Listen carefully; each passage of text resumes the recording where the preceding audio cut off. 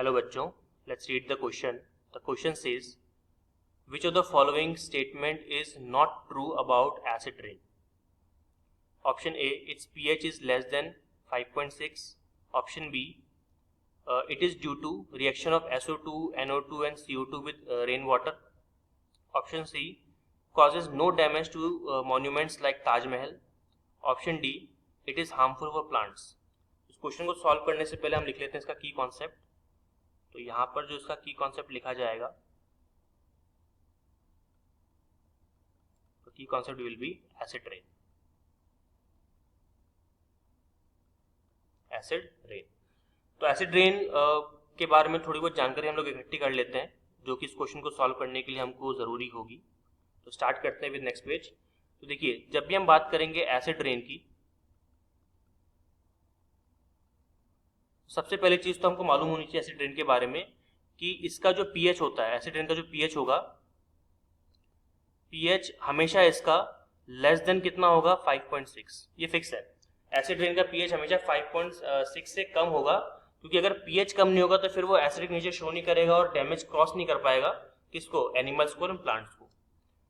दूसरी चीज़, जब भी हम एसिड रेन की बात करते हैं तो हम ये देखते हैं कि इसका इम्पैक्ट क्या होता है. तो अगर हम इसके इम्पैक्ट की बात करें तो पॉजिटिव इम्पैक्ट इसका नहीं है, इसका नेगेटिव इम्पैक्ट ज़्यादा है.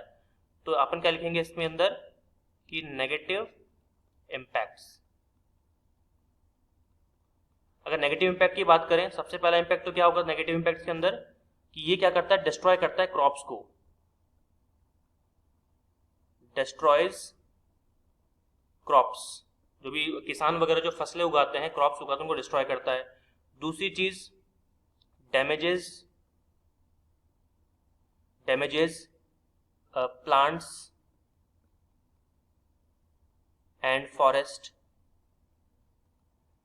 जो भी ग्रीन प्लांट्स वगैरह होते हैं उनको डैमेज करता है एसिड रेन आपका, क्योंकि इसका पीएच काफी कम होता है, एसिडिक बिहेवियर होता है, एसिड नेचर होता है. तो ऑब्वियसली बात है ये प्लांट्स को और फॉरेस्ट को डैमेज करता है, जिससे कि इम्पैक्ट पड़ती है किस चीज पर, एनवायरमेंट पे. तीसरी चीज, ये ऑल्सो डैमेज करता है किसको, एनिमल्स को. Damages the skins of animals and humans. ठीक है, इनकी स्किन को डैमेज करता है, क्योंकि जब भी बारिश होती है तो बारिश हमारी स्किन पे गिरती है, और वो अगर एसिड गिर रहा है तो सब उससे कितना तकलीफ होगी, तो हमारी स्किन को कितना डैमेज करेगी, वो जला देगी एक तरह से. ठीक है, तो इसके नेगेटिव इंपैक्ट हो गए. अब हम देखते हैं कि एसिड रेन बनने का कारण क्या है, एसिड रेन बनता कैसे, एसिड रेन आया कहाँ से. ठीक है, ये अपन चेक कर लेते हैं. तो तीसरा काम अपन इसमें करेंगे, दैट इज प्रिपरेशन. प्रिपरेशन बोल लीजिए या फिर फॉर्मेशन बोल लीजिए, बात एक ही है. तो एसिड रेन का जब भी हम प्रिपरेशन की बात करते हैं, फॉर्मेशन की बात करते हैं, सबसे पहली चीज तो तीन सबसे ज्यादा मेन यहाँ पे गैसेस हैं जो इसको इम्पैक्ट करती है, प्रमोट करती है एसिड बनाने के लिए. तो आप लिख सकते हो इसके अंदर जो मेजर गैसेस काम में आती है, जो गैसेस यूज आती है, एक तो इसके अंदर होता है आपका NO2 गैस, नाइट्रोजन डाइऑक्साइड. एक होता है इसके अंदर आपका SO2 गैस, सल्फर डाइऑक्साइड. और एक होता है इसके अंदर आपका CO2, कार्बन डाइऑक्साइड गैस. ये तीनों ही काम आते हैं. अब कैसे काम आते हैं आप देखिए. अगर मैं यहाँ पे आपको रिएक्शन लिख के बताऊं, तो जैसे हम यहाँ पे रिएक्शन लिख के इसको एक्सप्लेन कर देते हैं. सबसे पहले अपन देखते हैं NO2 का इम्पैक्ट क्या है.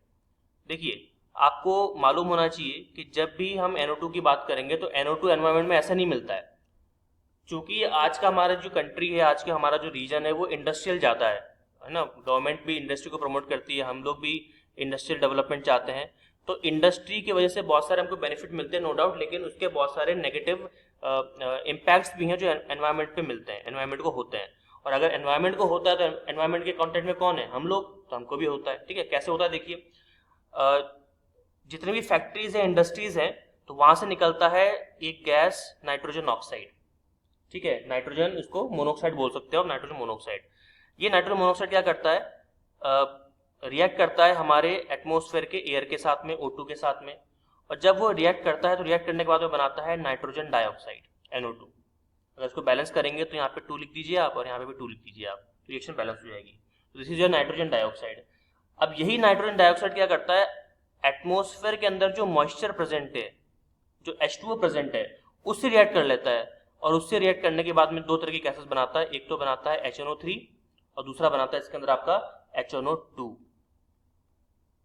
और दोनों ही एसिड है। HNO3 को हम लोग क्या बोलते हैं, इसको अपन कहते हैं नाइट्रिक एसिड, आपने नाम सुना होगा जरूर, नाइट्रिक एसिड, ठीक है।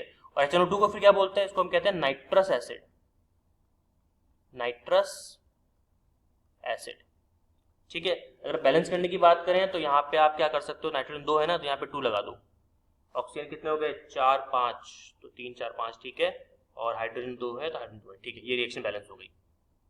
ओके, तो NO2 का ये रोल है एसिड बनाने में। जब एसिड होता है तो उसके अंदर नाइट्रिक एसिड भी होता है, नाइट्रिक एसिड भी होता है, ये नाइट्रिक एसिड, ये नाइट्रिक एसिड। ओके, तो ये तो हमने कंट्रीब्यूशन पढ़ा NO2 का कि वो एसिड बनाने में क्या कंट्रीब्यूट कर रहा है, तो ये दो गैस वो बनाता है, दो वो एसिड बनाता है, नाइट्रिक एसिड और नाइट्रस एसिड।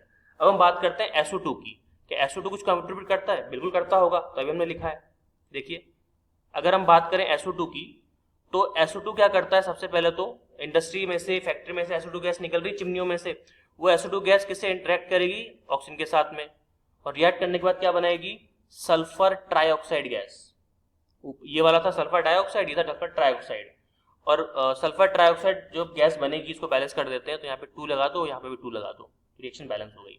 और यही सल्फर ट्राइऑक्साइड आगे चलकर मॉइस्चर से रिएक्ट करता है, वाटर के साथ में, ठीक है, नमी के साथ में, ह्यूमिडिटी के साथ में, और क्या बनाता है, और बनाता है बहुत ही खतरनाक एसिड H2SO4 सल्फ्यूरिक एसिड। सब जानते हैं इसके बारे में, this acid needs no introduction,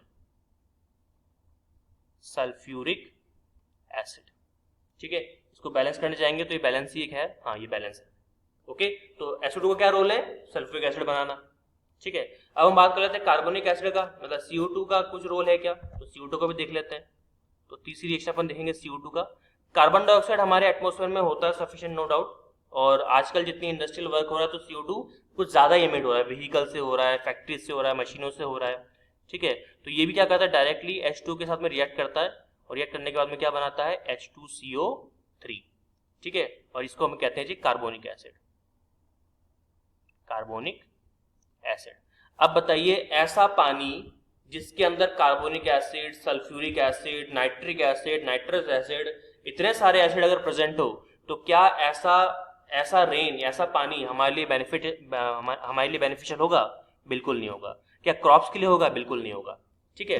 तो इससे क्या इम्पैक्ट हो रहा था, सबसे मेजर इम्पैक्ट कर रहा था ये ताजमहल को, ठीक है, जो हमारा नेशनल मॉन्यूमेंट है। तो यहाँ पे आप लिख सकते हैं, इसको मिटा देते हैं, जिसकी वजह से गवर्नमेंट काफी कंसर्न थी, तो आप लिख सकते हो एसिड रेन सीवियरली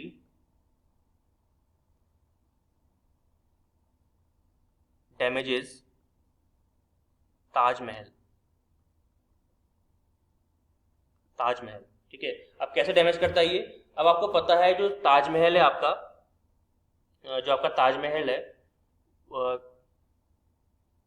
ठीक है, सीवियरली की जगह आप इसको, एक सेकेंड, इसको अपन मिटा देते हैं और यहाँ पे लिखते हैं हम लोग एसिड रेन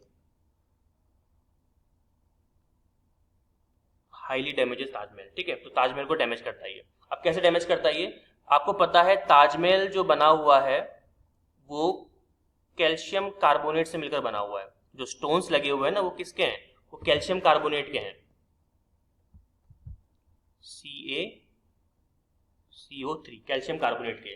और कैल्शियम कार्बोनेट पे जब ये एसिड पड़ता है, जब ये सारे एसिड्स पड़ते हैं, तो इससे क्या होता है, इससे सबसे पहली चीज, इससे क्या होता है, इससे जो मॉन्यूमेंट है वो धीरे धीरे क्या होता है, डिसफिगर्ड हो जाता है। Monument is being slowly disfigured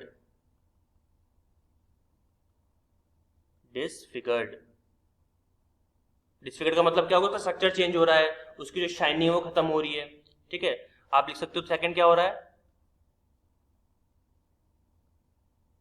second आपका मार्बल इज गेटिंग डिस्कलर्ड,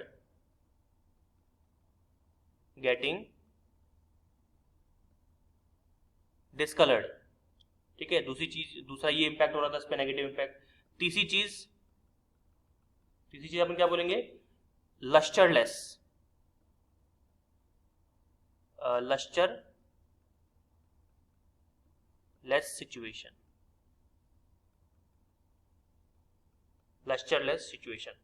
ठीक है। तो जैसे ही आप जानते हो ताजमहल कितना चमकदार है, कितना ज्यादा ब्यूटीफुल एक मॉन्यूमेंट कह सकते हो, नेशनल मॉन्यूमेंट है ये, तो ये इसको हाईली डैमेज कर रहा था। और डैमेज की वजह से क्या क्या हो रहा था, आपको मॉन्यूमेंट का जो स्ट्रक्चर है वो चेंज हो रहा है, डिसफिगर्ड हो रहा है, उसको वो डिसकलर्ड हो रहा है, सफेद से कुछ पीला पड़ गया, वो येलोइश कलर का हो गया, ठीक है। उसकी जो शाइनिंग है वो खत्म हो रही है। तो जब ये तीन से चार चीजें जब ऑब्जर्व हुई, तो जो जितने भी साइंटिस्ट हैं, जितने भी इंटेलेक्चुअल्स हैं, उन्होंने क्या नाम दिया गया इसको, इस सिम्टम को नाम दिया stone leprosy, stone leprosy, stone leprosy. Okay, तो मतलब ये बहुत ज्यादा डैमेज कर रहा था हमारे ताजमहल को। अब देखते हैं जितना भी हमने नॉलेज गैदर किया है, क्या इससे क्वेश्चन सॉल्व हो जाएगा। तो देखिए, ऑप्शन ए बोल रहा है हमको ढूंढना नॉट ट्रू, तो pH इज लेस देन 5.6, अभी हमने पढ़ा था, सबसे पहला पॉइंट यही था कि 5.6 होगा, तो ये तो बिल्कुल ट्रू है, तो मतलब ये स्टेटमेंट हमारा गलत हो गया, जो ट्रू है वो गलत है ना, यहाँ इसमें इस तरह से। बी बोल रहा है it is due to reaction of SO2 NO2 CO2 with rain water, हमने अभी पढ़ा कि जो आपका एसिड रेन का जो प्रिपरेशन है वो किससे होता है, NO2 से होता है, SO2 से होता है, CO2 से होता है। और कैसे होता है, हमने सारे रिएक्शन अभी देखी हमने, वही बैलेंस कंडीशन में। ओके, तो ये भी गलत है, क्योंकि सही स्टेटमेंट है।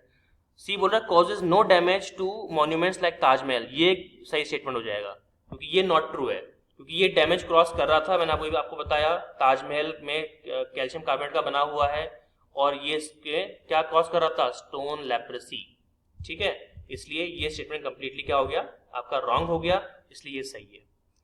और क्या ये हार्मफुल है प्लांट्स के लिए, बिल्कुल हार्मफुल है। नेगेटिव इंपैक्ट हमने पढ़ा है, क्रॉप्स को डिस्ट्रॉय करता है, प्लांट्स फॉरेस्ट को डिस्ट्रॉय करता है, और एनिमल्स और ह्यूमंस को भी डैमेज करता है। तो इसका सही आंसर क्या हो जाएगा, final answer should be option number C. Hope you understood well, all the very best.